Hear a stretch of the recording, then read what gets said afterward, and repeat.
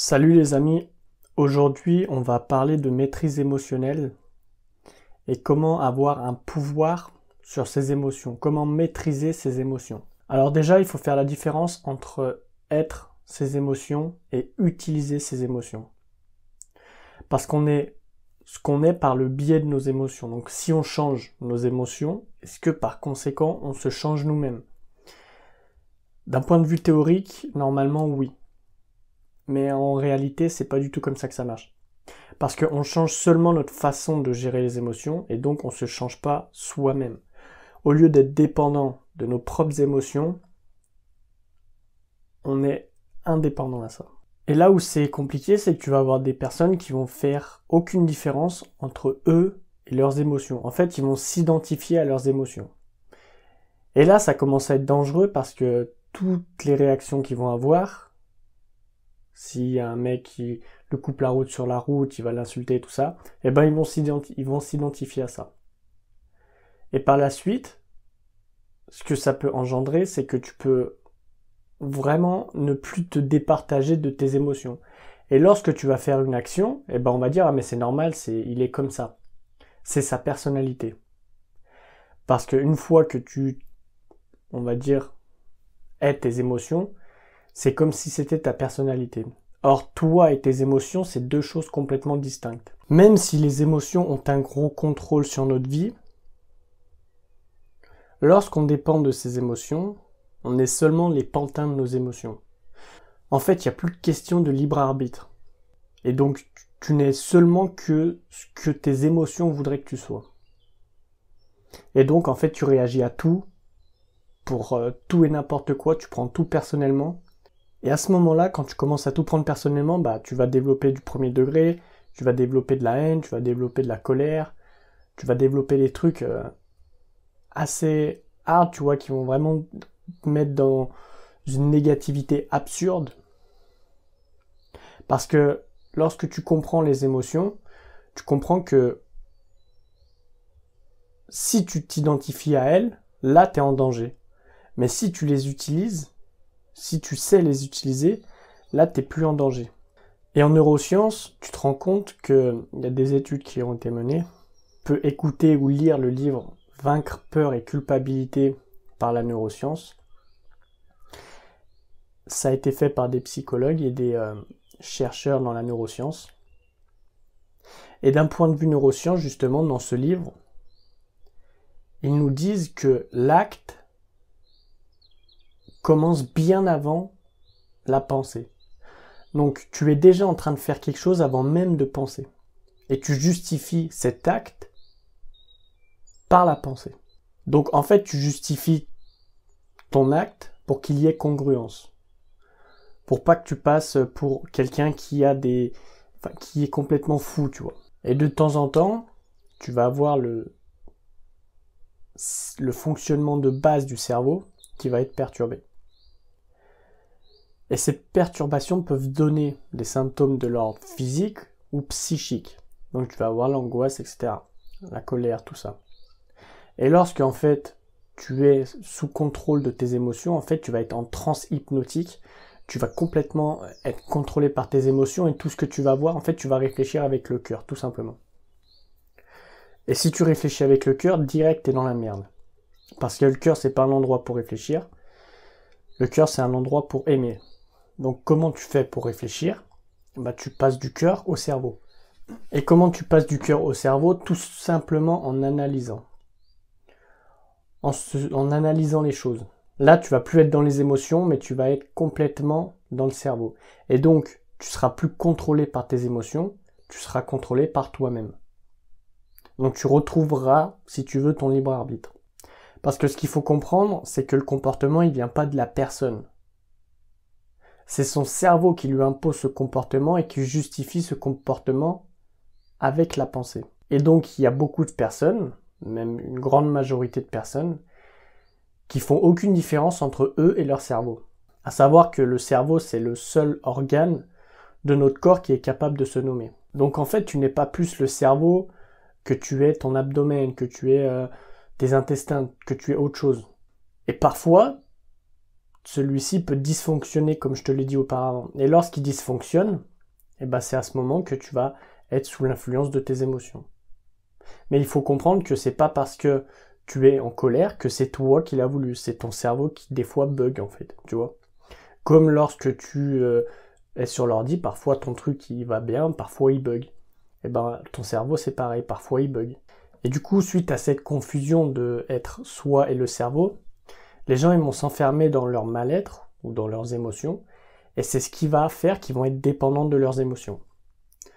Si t'as pas vu la vidéo sur la dépendance émotionnelle, je te conseille d'aller la voir parce que c'est une grosse pépite. Et parfois ton cerveau va construire des réalités parallèles, ou toi-même tu vas construire des réalités parallèles, en disant par exemple j'aurais dû faire ça, j'aurais dû aller là, j'aurais dû faire ça machin. Et en fait quand tu as un j'aurais dû, c'est que tu es dans une réalité parallèle. Et ensuite on compare la réalité qu'on aurait dû être avec celle qu'on est actuellement. Et à ce moment-là survient la culpabilité de ce qu'on n'a pas pu faire, etc.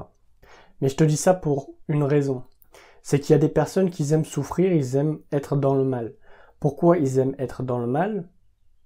Parce que, en fait, sinon, il n'y aurait plus personne qui porterait attention à eux.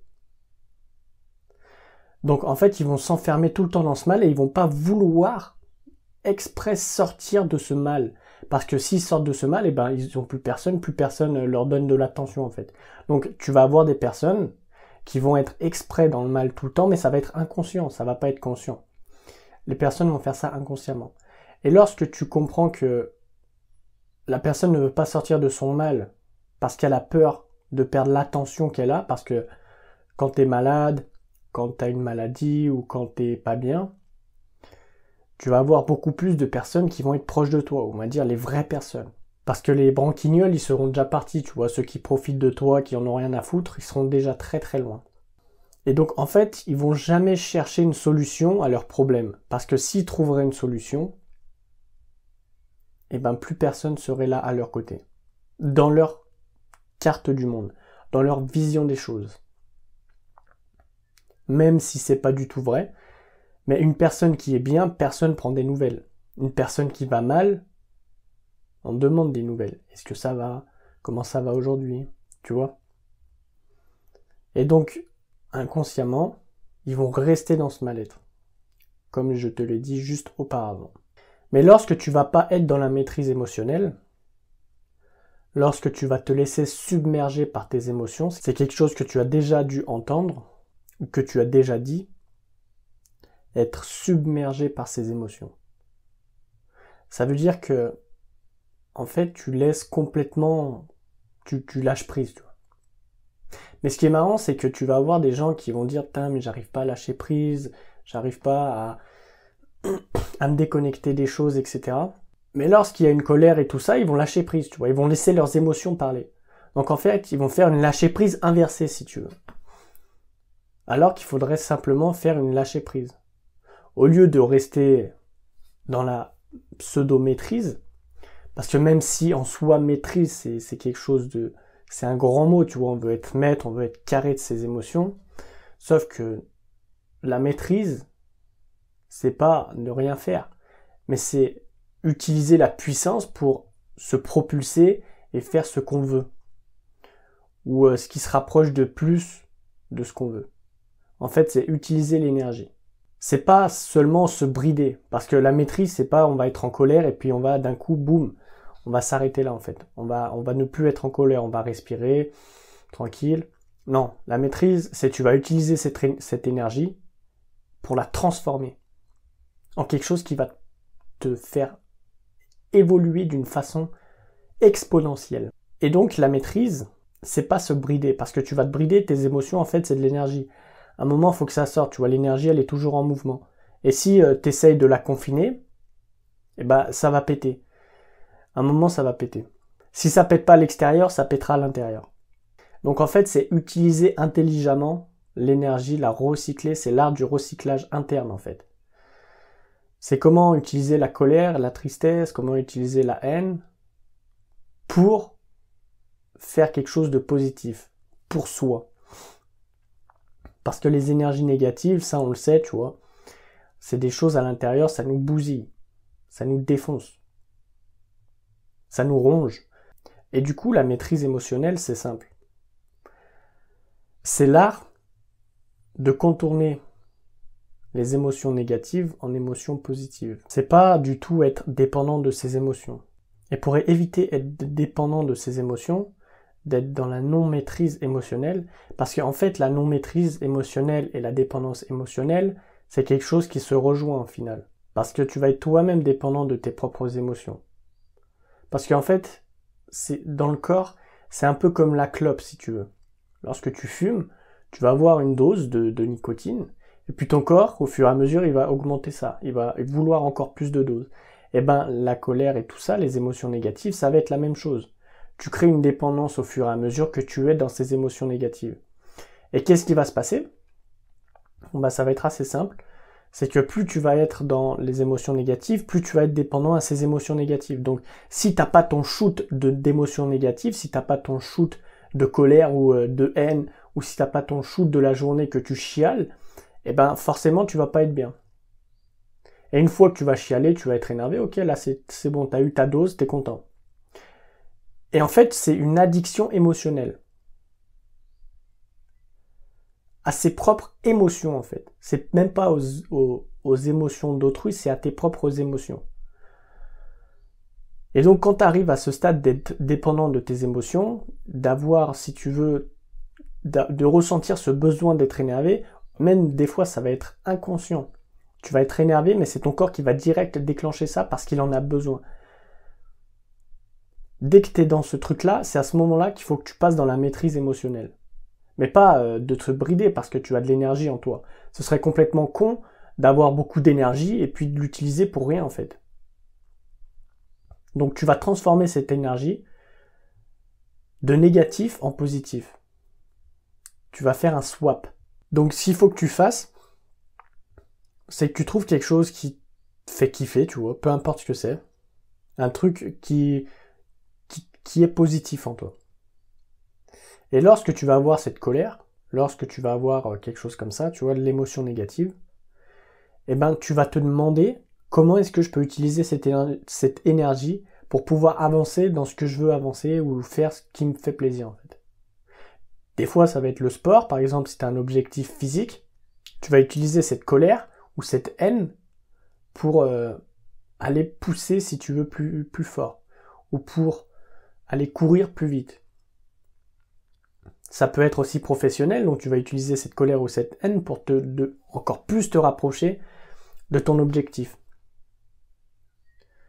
Et lorsque tu fais ce swap de émotion négative à émotion positive, là tu atteins un très haut niveau.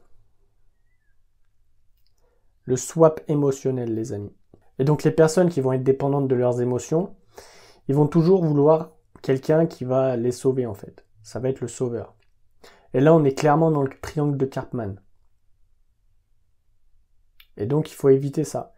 Il faut éviter de se prendre le pied dans le triangle de Karpman et de se casser la gueule. Et quelque chose d'intéressant, c'est que lorsqu'une personne, elle va être en mode victime, tu vois, dans le triangle de Karpman, c'est ça, c'est la victime.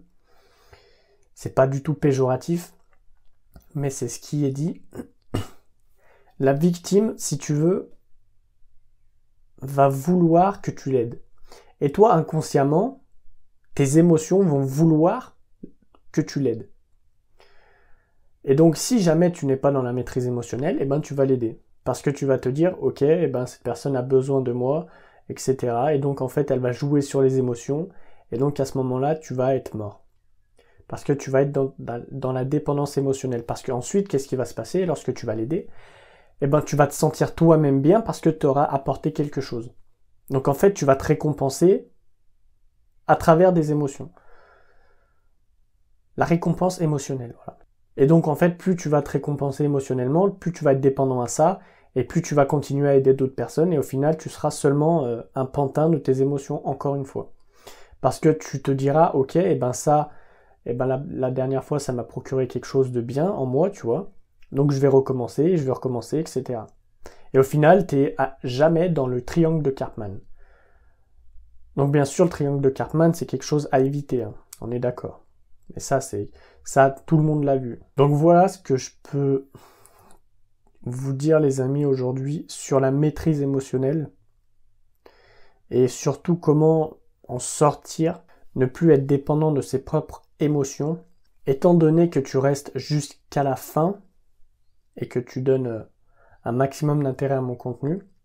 J'ai créé une formation gratuite pour gérer ses émotions. Cette formation se déroule sur 7 jours et lorsque tu vas arriver à la fin, tu vas comprendre que tout ce qu'on t'a dit jusqu'à présent, de 1, on t'a jamais appris, et de 2, tu vas être sur le cul. Parce que j'ai fait cette formation, j'ai mis un module par jour exprès parce que sinon, si je te mets tout d'un coup, c'est mort, tu vois, tu convulses direct. Déjà, un module par jour, c'est vraiment très, très sale. Et donc, en fait, ça va t'aider tout le long du processus, tout le long de ces 7 jours. On va voir des concepts qui vont te permettre, par la suite, en fait, à la fin de cette formation, le but, c'est que tu arrives à gérer tes émotions. C'est pas qu'une simple formation à la con, que tu vois, on te file un e-book et puis en fait, il y a 3 conneries dedans. Là, c'est un réel truc, que des gens, tu vois, ils vendent ça une fortune, mais moi, je te le donne. Gratuit. Seulement pour toi parce que tu restes jusqu'à la fin. Et ce sera toujours à la fin de mes vidéos, les offres comme ça, parce que je vais pas donner des offres au début. Les gens qui sont au début, arrivent à un moment, ils vont en avoir marre, ils vont se barrer. Moi, je m'en tape des mecs comme ça, tu vois, les visiteurs, ils viennent, ils regardent, ils se cassent direct. Moi, c'est pas quelque chose qui m'intéresse. Ce qui m'intéresse, c'est ceux qui restent à la fin comme toi. Et c'est les personnes comme toi que je veux récompenser. Et que je veux surtout aider à évoluer. Donc, tu peux retrouver le lien, c'est le premier dans la description. Directement le premier. Moi, je te dis à la prochaine. C'était Fabien.